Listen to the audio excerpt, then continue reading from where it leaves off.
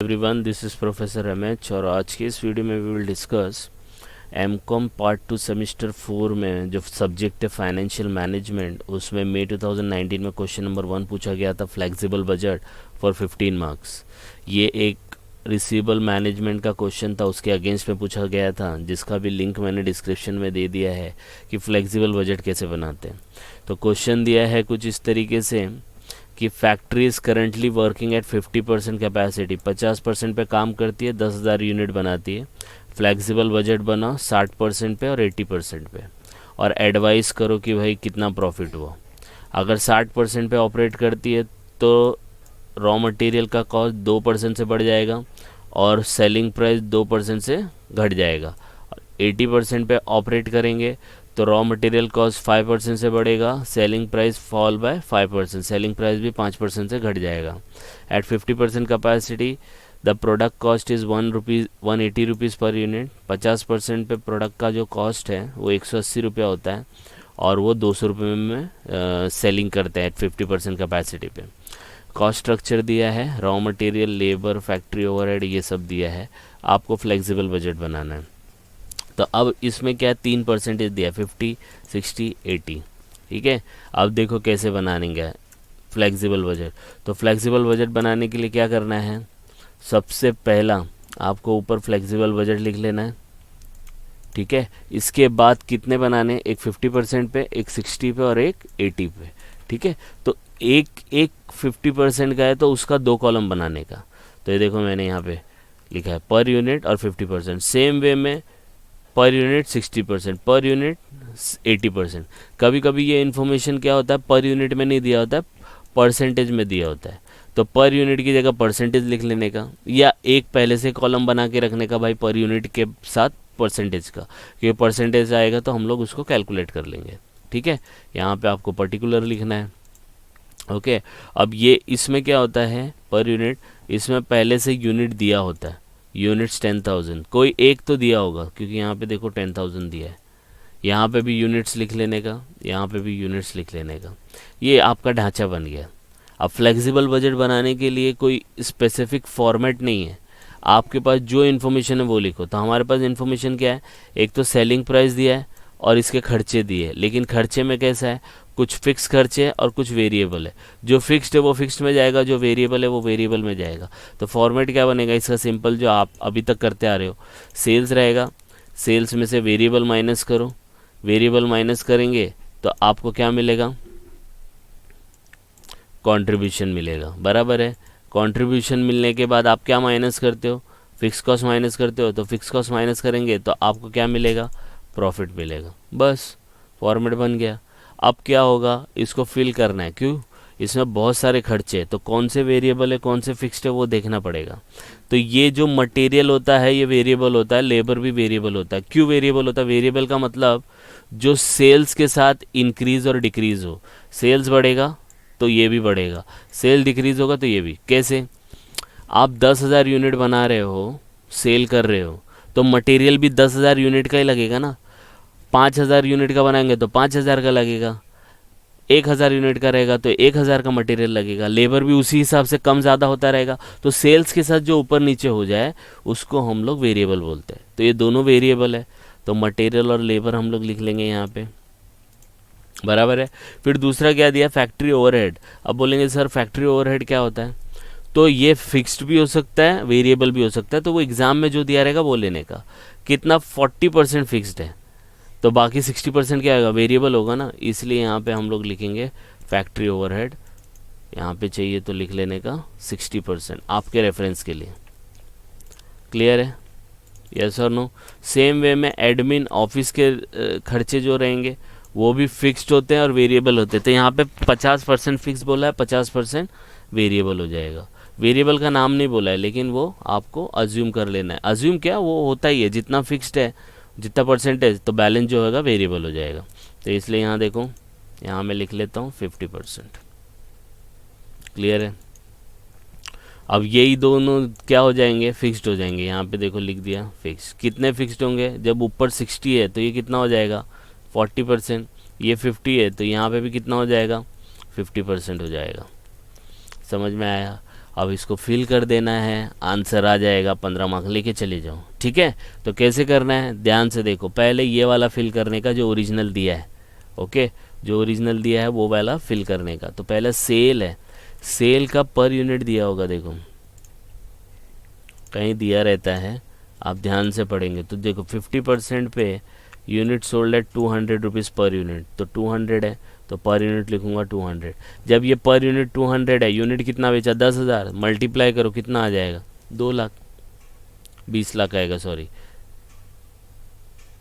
है ना, हो गया। अब वेरिएबल कितना है, तो वेरिएबल का भी देखो दिया है, कितना दिया है 100, 30, 30, 20। अब बोलेंगे सर कैसे पता चलेगा कि ये 50% का है, तो यहाँ पे देखो दिया है ना 180 रुपीज़ इसका प्रोडक्ट कॉस्ट है, तो 1 एट 50% कैपेसिटी, तो 180 कैसे आएगा, टोटल करके देखो 100, 30, 30, 160 हो गया, 20, 180 हो गया। तो मटेरियल और लेबर का रेट लिखेंगे और इनको मल्टीप्लाई करेंगे, तो 10,000 इंटू 100 10 लाख, 10,000 इंटू 30 3 लाख। अब ये ओवरहेड है, ये वेरिएबल कितना 60-50 था, यहाँ पे रेट कितना दिया 30 रुपया, और यहाँ पे रेट कितना दिया 20 रुपया, तो 30 का 60% निकालेंगे तो कितना आएगा 18 रुपया आएगा। ये देखो 30 का 60%। सेम वे में 20 रुपया है, 20 का 50%, वो तो एकदम सिंपल है, आधा कितना आएगा 10 रुपया आएगा। बस इन दोनों को मल्टीप्लाई कर दो, 10,000 इंटू 18 कितना आएगा 1,80,000, 10,000 इंटू 10 कितना आएगा 1 लाख हो जाएगा।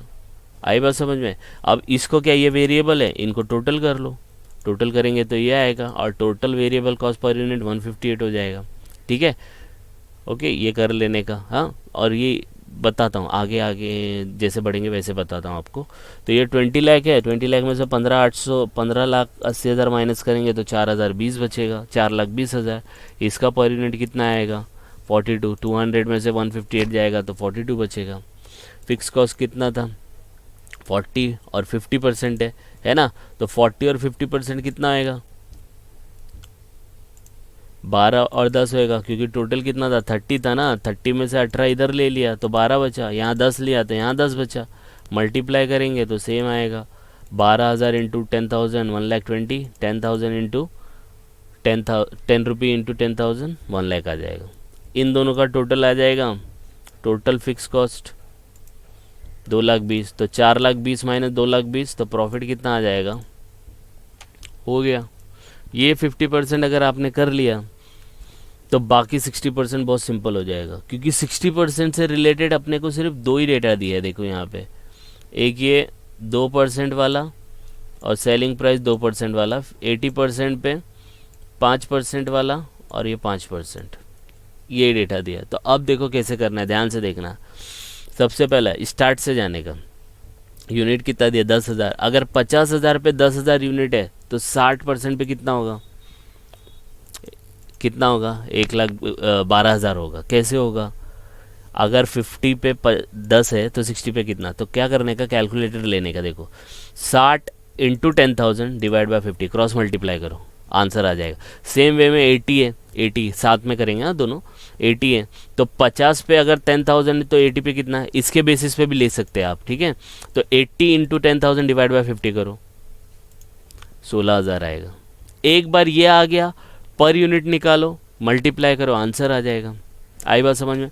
अब नेक्स्ट क्या लेना है, सेल्स लेना है, तो सेल्स कितना है 200, तो यहाँ पे 200 नहीं आएगा, तो यहाँ पे देखो 60% पे क्या बोला है, सेलिंग प्राइस फॉल बाय 2%, दिया है कि नहीं दिया है, सेलिंग प्राइस फॉल बाय 2%, और 80% कैपेसिटी पे कितना दिया है, सेलिंग प्राइस फॉल बाय 5%। तो यहाँ पे ये वर्किंग मैंने लिखा है, आपको एग्ज़ाम में ये बनाने का ज़रूरत नहीं है, आप नॉर्मली मैनुअली भी कर सकते हैं, मतलब कैलकुलेटर पे डायरेक्ट। यहाँ पे बोला 2% से कम होगा, यहाँ बोला 5% से, तो अगर 200 पे से 2% निकालेंगे तो कितना आएगा 4 आएगा, 4 माइनस करेंगे तो कितना हो जाएगा 96।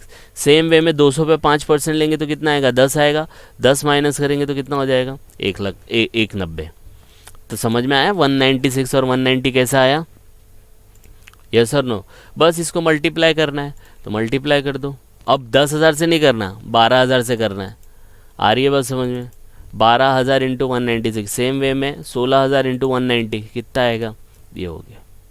अब वेरिएबल कॉस्ट है, ठीक है, वेरिएबल कॉस्ट। अब वेरिएबल कॉस्ट से रिलेटेड क्या दिया है, सिर्फ एक ही चीज़ दिया है कि भाई रॉ मटेरियल का जो कॉस्ट है वो इंक्रीज बाय 2%, और यहाँ बोला है 80% पे रॉ मटेरियल का कॉस्ट इंक्रीज बाय 5%। तो मैं सिर्फ यहाँ पे लिखता हूँ इंक्रीज बाय 2%, इंक्रीज बाय 5%, आपके समझने के लिए, एग्ज़ाम में बनाने की ज़रूरत नहीं है।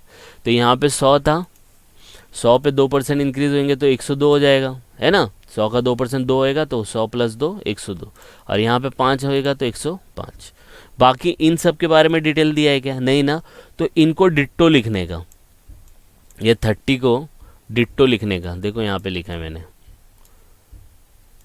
ठीक है, यहाँ पे भी वही रहेगा, कुछ नहीं बोला है तो सेम हो जाएगा। आई बात समझ में। तो मैं इसको अलग कलर दे देता हूँ तो आपको ये समझ में आएगा कि ये चीज़ें सेम लिखनी है।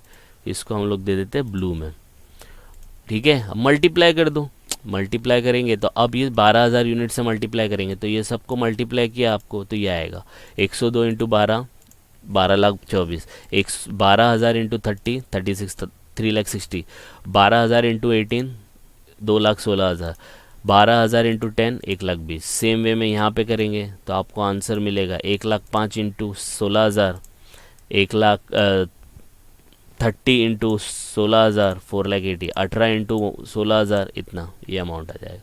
अब सेम वे में जैसे यहाँ पे टोटल किया था, यहाँ पे टोटल कर लो और माइनस कर लो तो ये आ जाएगा। ओके, अब इसमें से ये माइनस करेंगे तो आपको ये पर यूनिट मिलेगा, यही ध्यान रखना है। आ रही बात समझ, मैंने यहाँ पे नहीं लिखा है लेकिन आप यहाँ पे करेंगे तो आपको उतना मिल जाएगा। तो ये this minus this minus this minus this minus this, ये आ गया। सेम वे में यहाँ पे करेंगे तो ये हो जाएगा, और फिर यहाँ पे जो आपने किया है यहाँ पे करेंगे, ठीक है। 196, सॉरी यहाँ पे हम लोग ने क्या किया है,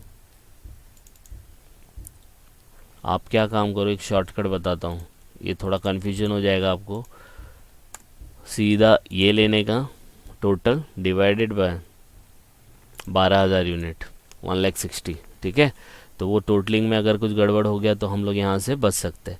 फिर सेम वे में 1,96,000 माइनस 160, ये आ गया। ओके, यहाँ पे भी हम लोग लेंगे 26 लाख डिवाइडेड बाय 16,000, ओके। और फिर यही वाली चीज़ यहाँ पे लिख लेंगे 1,90,000 माइनस 1,63,000, तो आपको आंसर मिल जाएगा ये। समझ में आया, यस और नो। बस अब फिक्स कॉस्ट पे आते हैं।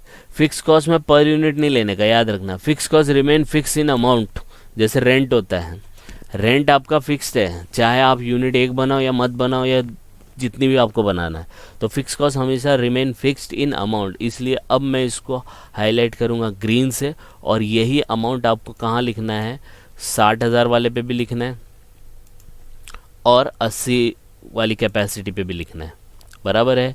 अब इसका जो पर यूनिट निकलेगा ना, ये वाला नहीं लिखने का, इन सभी अमाउंट को 12,000 से डिवाइड करो। तो 12,000 को 12 से 1,20,000 को 12 से डिवाइड करेंगे तो 10 आएगा।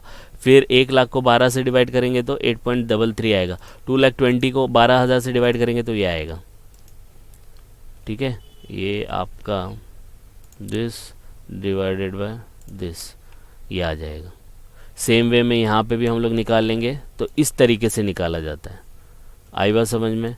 तो 2,20,000 डिवाइडेड बाय 16,000, वो आंसर आएगा ये। अब क्या है, माइनस करना है, फिक्स कॉस्ट आ गया, 4,30,000 में से ये माइनस करो तो आपको आंसर मिलेगा ये 2,12,000। फिर 4,32,000 में से माइनस करो 2,20,000, तो आपको आंसर मिलेगा ये 2,12,000। आ रही है बात समझ में। तो ये आपका प्रॉफिट हो गया, क्लियर है। तो ये आपका फ्लेक्सिबल बजट बन गया। तो आप 50% पे ऑपरेट करो तो 2,00,000 का प्रॉफिट, 60% पे करेंगे तो 2,12,000, और 80 पे करेंगे तो भी 2,12,000 प्रॉफिट आ रहा है, ठीक है। तो इस तरीके का 15 मार्क का क्वेश्चन पूछा गया था। तो आपको होप कि ये समझ में आया होगा। ठीक है, नहीं समझ में आया है तो एक बार गो थ्रू कर लो, कुछ डाउट आएगा तो कमेंट करके बता सकते हैं।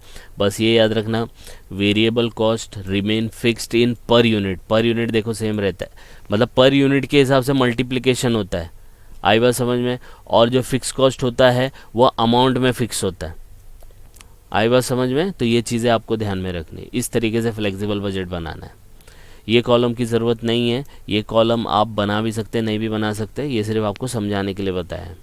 तो जस्ट गो थ्रू इट, कुछ डाउट आएगा तो कमेंट करके बता सकते हैं। And please like and subscribe for more videos. Thank you.